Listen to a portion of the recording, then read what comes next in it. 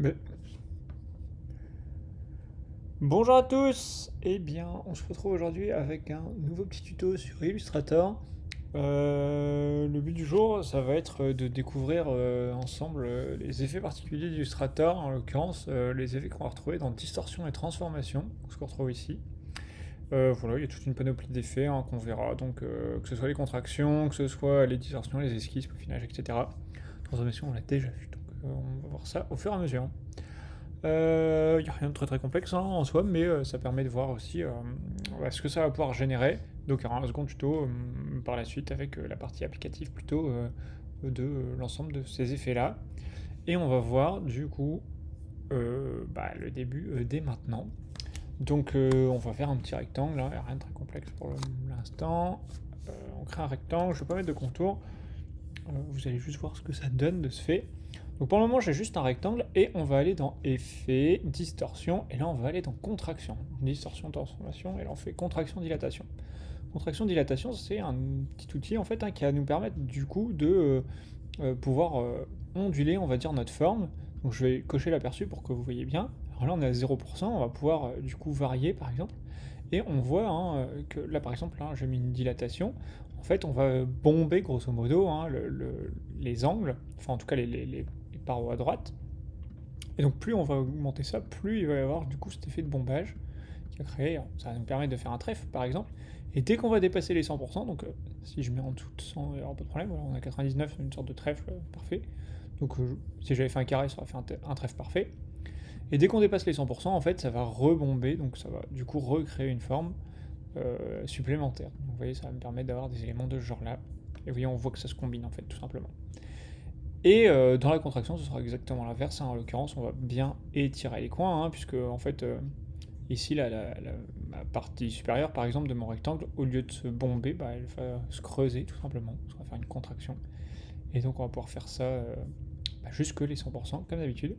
Et après, du coup, on va avoir vraiment une sorte d'inflexion qui va se créer, c'est-à-dire que notre point le plus fin, dirons-nous ça comme ça, il va dépasser en fait le point d'ancrage de mon rectangle. Du coup, il sera plus vers l'intérieur et après, il va se rebomber puis redevenir trop fin. Voilà, donc je vais pouvoir le faire très grand par exemple. Vous voyez, ça, on voit que ça se concentre sur cette partie centrale. Si je dézoome, on voit bien ce que ça donne. Donc c'est plutôt pas mal, et ça marche sur plein de formes différentes. Là, en l'occurrence, je l'ai fait sur un rectangle, mais on va pouvoir le faire sur, par exemple, un polygone.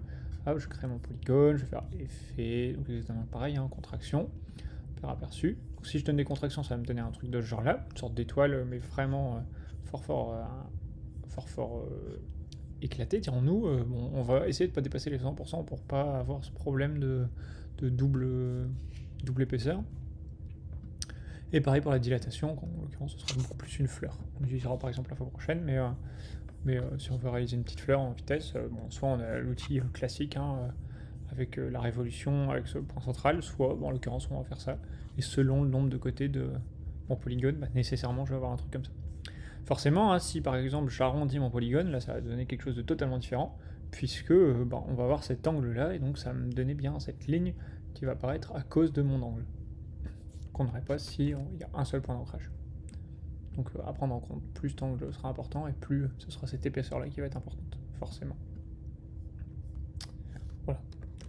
Donc ça c'est pour les polygones, grosso modo c'est à peu près la même façon avec les étoiles par exemple, c'est-à-dire que si je crée une étoile, je vais faire appliquer par exemple, ça va me donner un truc de ce genre, puisqu'on a bien un angle ici, un angle là. Donc je vais le faire en direct. Alors pour appliquer en rapidité, je vous l'ai déjà dit, mais c'est commande Shift E, c'est ici. On va pouvoir refaire le dernier effet, ou ici on peut accéder à l'effet. Donc je vais retourner directement et je vais bien pouvoir voir ce qui est possible ou pas en fait de faire en modification. Voilà. Ça c'est pour le premier, à savoir contraction dilatation. Je vais reprendre mon rectangle. Je vais faire un carré là pour le coup. Et on va aller sur le second, donc ce qu'on appelle la distorsion manuelle. Alors la distorsion manuelle, c'est vraiment tout simple pour le coup, on va tout simplement prendre un des points d'ancrage et on va pouvoir le modifier. Et en fait, le fait de le déplacer, alors soit à l'extérieur ou à l'intérieur, peu importe, quand on va lâcher, si je fais OK, et bien directement ça va modifier ici le rendu de mon rectangle. Mon rectangle reste là pourtant, c'est-à-dire que je peux bien le modifier, mais c'est le rendu final qui va être modifié. Donc ça c'est important. assez bizarre à regarder, hein, c'est-à-dire que même si je fais dans mes calques, vous voyez, c'est comme ça, hein, c'est-à-dire que mon rectangle, c'est bien un rectangle hein, en l'occurrence, mais son rendu est modifié. Donc voilà, tout simplement, c'est ce qu'on appelle la distorsion manuelle. Ensuite, on va pouvoir voir l'esquisse. Donc l'esquisse, je vais devoir refaire un rectangle. L'esquisse, c'est quelque chose qu'on va pas mal utiliser pour deux choses. Alors, en fait, l'esquisse, tout simplement, on va pouvoir créer une sorte de rendu aléatoire au niveau des bords. Donc, soit vous le faites sur un trait, par exemple, ou là, en l'occurrence, je vais le faire sur le carré. Donc, ça va être l'ensemble de ces contours qui va être modifié, tout simplement, et qui va avoir cet aspect chaotique. Alors, on va voir ensemble comment modifier ça. Il y a deux choses qu'on va pouvoir modifier réellement, et puis on va voir après les deux petites options ici. Donc d'une part la taille, ça c'est tout simplement la hauteur maximum. Donc plus on augmente la taille, vous voyez, plus je mets petit, plus il y a une variation faible, plus j'augmente, plus la variation sera importante. Vous voyez, là ça se recoupe, hein, mais c'est normal, c'est des deux côtés. Donc, si je vais le faire très large, comme ça vous allez comprendre. Hop, refaire, esquisse, et voilà, comme ça quand je suis aperçu, même si je le mets grand, pas de problème, on est bien que sur la partie. Ici on pourrait supprimer cette partie là par exemple pour récupérer que ce qu'on veut ici au centre. Puis un masque d'écrêtage par exemple. La deuxième chose, c'est ici relative ou absolue. En fait, la relative, donc c'est cette variation-là. L'absolue va garder ici la variation maximum de mon rectangle. C'est-à-dire qu'on va s'approcher énormément des bords.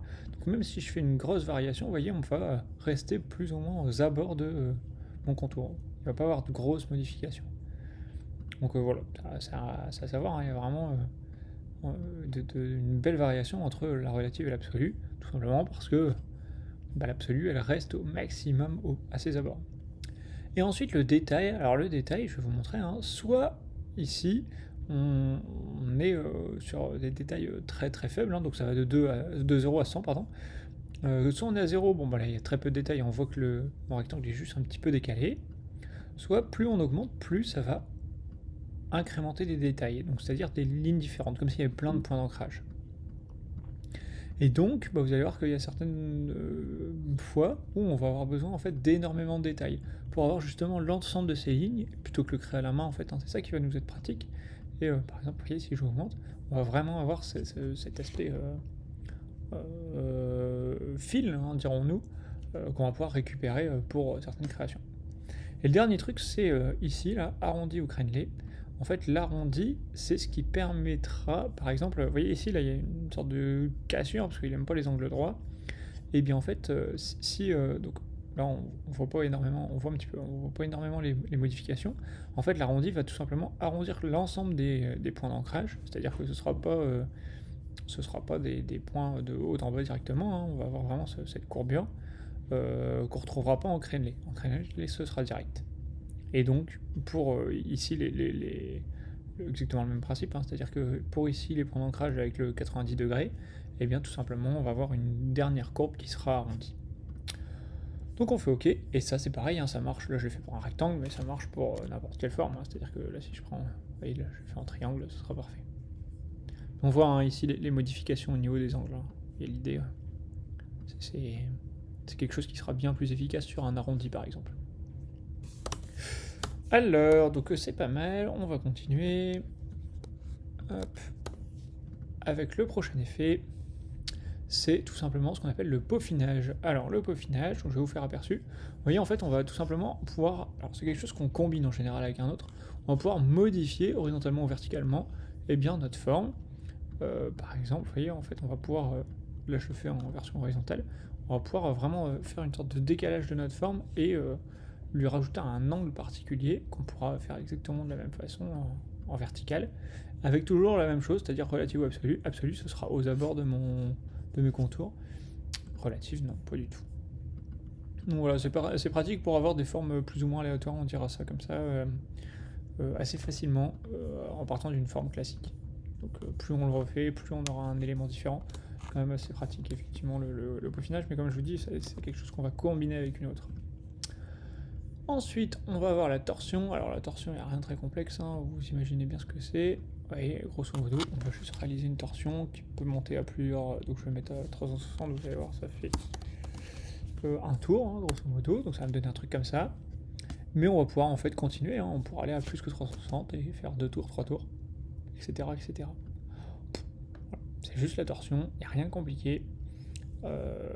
C'est une torsion qui s'applique sur l'ensemble de mon élément. En revanche, on pourra aussi aller dans les négatifs, par exemple si on veut aller dans l'autre sens. Voilà, hop, je fais OK, et voilà. Là, la torsion elle est bien dans l'autre sens. C'est tout. Vraiment là-dessus, c'est très très simple, l'outil torsion. Vraiment rien de complexe. Je vais faire annuler, j'en ai pas besoin. C'est un outil qu'on pourra retrouver sur Photoshop aussi, et vous allez voir qu'il y a un autre moyen pour le faire, mais on le verra dans un prochain tuto. Qui se retrouve avec l'outil largeur, donc qui est ici, tout simplement. Toutes ces parties-là, mais on va le voir plus tard. Ensuite, donc en dessous de l'outil torsion, on va voir l'effet transformation, pardon. Donc cet effet-là, on l'avait vu lors de la réalisation du mandala. C'est un outil qui va nous permettre soit de réaliser des mises à l'échelle, des rotations, etc. Selon nécessairement le point de référence qui sera là, avec un nombre de copies particulier, et donc qui permettra de faire des modifications certaines de notre élément.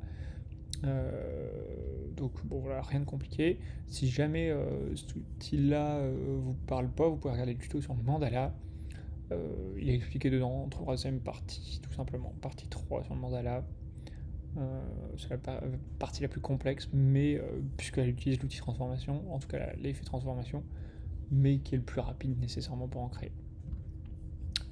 Dernier point, donc dans transformation, on va voir l'effet zigzag.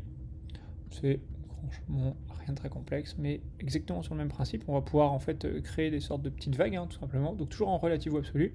Là, je vais mettre en relatif, comme ça vous verrez un peu plus.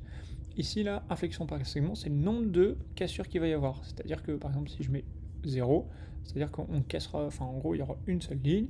Si je mets 1, il y aura 2 lignes. Si je mets 2, il y aura 3 lignes, etc., etc. Vous voyez ?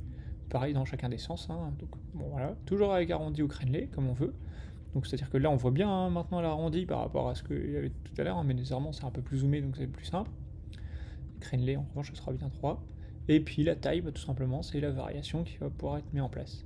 Mais ce qui permettra par exemple si on n'augmente pas trop les angles, d'avoir vous voyez, une forme de style là, assez simple on va dire, mais on a tout à la plume, c'est assez casse-pied à faire. Et on pourra augmenter au fur et à mesure tout simplement le nombre de segments, donc le nombre de petits points, et plus on augmentera la taille, plus ça va nous faire des formes vraiment complexes. Et là je suis juste sur un rectangle et j'ai rajouté un effet. Si j'enlève le crénelé par exemple, enfin si je le mets en crénelé, ça va bien me faire des lignes. Donc il y a un petit peu le genre d'éléments qu'on va pouvoir faire avec juste un rectangle et un petit effet. Donc on va passer à la pratique dans le prochain tuto. En attendant, je vous dis bonne journée, à la prochaine, prenez soin de vous, ciao.